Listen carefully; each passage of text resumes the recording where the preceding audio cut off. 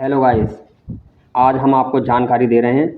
जैसे कि आप कई दिन से सोशल मीडिया पर, टीवी चैनलों पर, अखबारों में देख व पढ़ रहे हैं कि कांग्रेस देगी आपका साथ, पर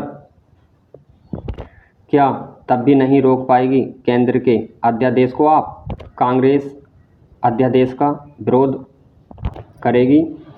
कांग्रेस पार्टी दिल्ली के अध्यादेश के खिलाफ केंद्र का विरोध करेगी और आम आदमी पार्टी का साथ देगी। और आए दिन दिल्ली में सीएम अरविंद केजरीवाल और दिल्ली के एलजी यानी लेफ्टिनेंट गवर्नर जी के बीच झगड़ा होता रहता है अधिकारों को लेकर। ये पूरा क्या मामला है हम आपको इस वीडियो में बताएंगे। इस वीडियो को लास्ट तक जरूर देखें।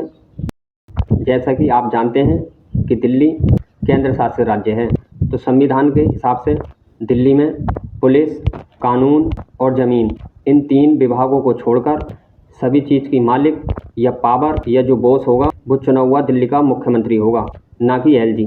और राज्यों में इन तीनों चीज़ों का यानी कि ज़मीन का, कानून का और पुलिस का भी मालिक मुख्यमंत्री होता है, क्योंकि वो पूर्ण राज्य होते हैं जैसे यूपी, बिहार, बंगाल।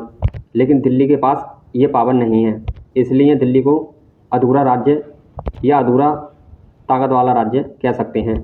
अब जब से अरविंद केजरीवाल जी मुख्यमंत्री बने हैं, आपकी सरकार आई है, आए दिन हम अखबारों में, टीवी चैनलों पर, सोशल मीडिया पर ये देखते व सुनते रहते हैं कि मुख्यमंत्री और लेफ्टिनेंट गवर्नर यानी कि एलजी के बीच आए दिन तनातनी यानी पावर की लड़ाई बनी रहती है। उससे पहले शीला दीक्षित जी की जब सरकार थी तो इस तरह की खबरें नहीं होती थी कि एलजी और मुख्यमंत्री के बीच में कोई तनातनी हुई है। उसकी ये वजह थी कि शीला दीक्षित जी जो दिल्ली की मुख्यमंत्री थी वो कांग्रेस पार्टी की थी। कांग्रेस पार्टी की सरकार थी दिल्ली राज्य में, और केंद्र में भी कांग्रेस की सरकार थी।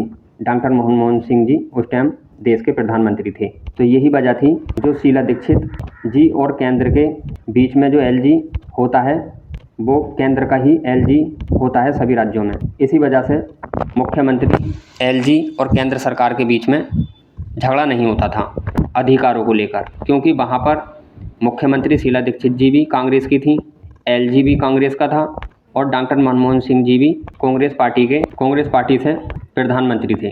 पर अब ऐसा नहीं है, क्योंकि देश में भारतीय जनता पार्टी की यानी कि एनडीए की सरकार है।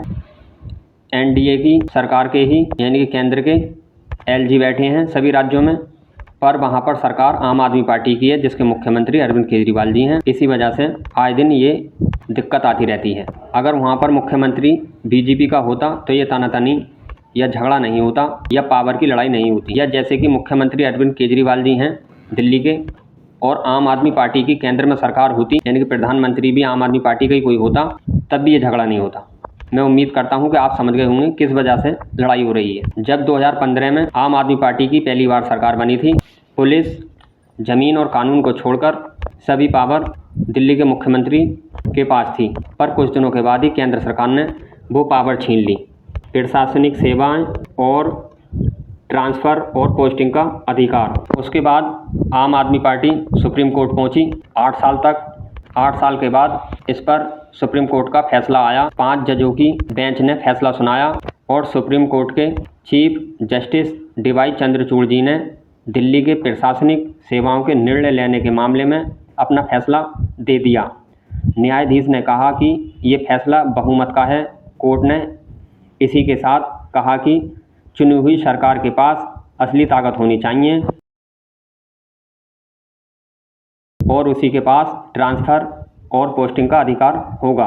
आम आदमी पार्टी की इस फैसले के बाद आम आदमी पार्टी के मुख्यमंत्री अरविंद केजरीवाल जी बहुत खुश हुए कि हम दिल्ली में अब और ज़्यादा काम करेंगे। पर 8 दिन के बाद केंद्र सरकार अध्यादेश ले आई, यानी कि कानून बनाने के लिए कह दिया केंद्र सरकार ने कि हम ऐसा कानून ला रहे हैं जिससे कि ये पावर जो सुप्रीम कोर्ट ने आम आदमी पार्टी के फैसले में दिया है यानी कि दिल्ली की सरकार के फैसले में दिया, अब ऐसा कानून लाएंगे कि ये पावर केंद्र सरकार के पास यानी कि हमारे पास रहेगा। अब इसको रोकने के लिए आम आदमी पार्टी के राष्ट्रीय अध्यक्ष और दिल्ली के मुख्यमंत्री अरविंद केजरीवाल जी विपक्ष की देश की सभी पार्टियों से विरोध करने और इसको रोकने के लिए समर्थन और वोट मांग रहे हैं। कि भारतीय जनता पार्टी केंद्र सरकार जो एनडीए की है उसके पास लोकसभा में तो पास कराने के लिए बहुमत से ज़्यादा सांसद हैं। लोकसभा में पास करा लेंगे पर राज्यसभा में केंद्र के पास पूर्ण बहुमत नहीं है। इसलिए केंद्र की सभी विपक्ष की पार्टी इसका विरोध करें और राज्यसभा में आम आदमी पार्टी के समर्थन में वोट करें इस अध्यादेश को रोकने के लिए। इसी कड़ी में लगातार सभी विपक्ष के नेताओं से केजरीवाल जी मिल रहे हैं।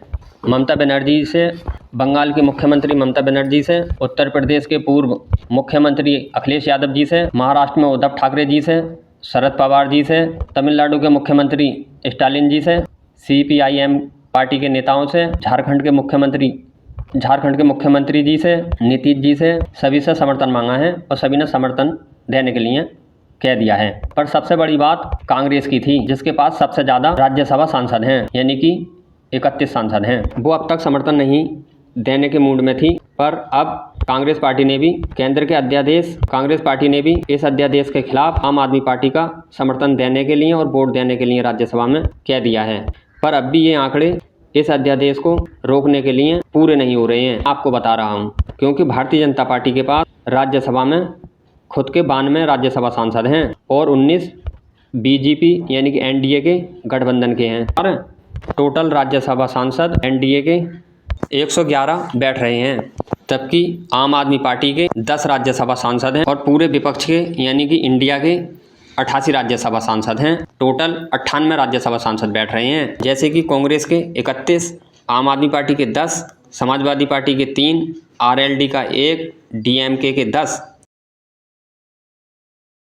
शिवसेना उद्धव वाली के 3, एनसीपी के 4, टीएमसी के 12, आरजेडी के 6, जेडीयू के 5, झारखंड मुक्ति मोर्चा के 2, सीपीआई के 2 और सीपीआईएम के 5, टोटल 98 राज्यसभा सांसद बैठ रहे हैं। इन आंकड़ों के हिसाब से लगता है कि आम आदमी पार्टी और पूरा विपक्ष यानी कि इंडिया इस अध्यादेश को नहीं रोक पाएगा। और लोकसभा में तो वैसे ही बीजेपी के अपने खुद के 301 लोकसभा सांसद हैं, 32 गठबंधन के हैं यानी कि एनडीए के, टोटल 333 सांसद हैं और यहाँ पर आम आदमी पार्टी का 1 सांसद है लोकसभा का और 141 साथ में जो इंडिया का गठबंधन है उसके हैं। टोटल 142 सांसद हैं लोकसभा में और राज्यसभा में। आम आदमी पार्टी पूरे विपक्ष से, इंडिया से इस वक्त मौजूदा टाइम में आगे है। इन आंकड़ों के हिसाब से ऐसा लगता है कि ये अध्यादेश नहीं रोक पाएंगी। अगर ये अध्यादेश रुक जाता है, पास नहीं होता है केंद्र का, तो ये 2024 का टेलर या सेमीफाइनल माना जाएगा। अगर यहाँ पर रोकती हैं ये, तो 2024 में भी देश की सत्ता से बीजेपी जा सकती है।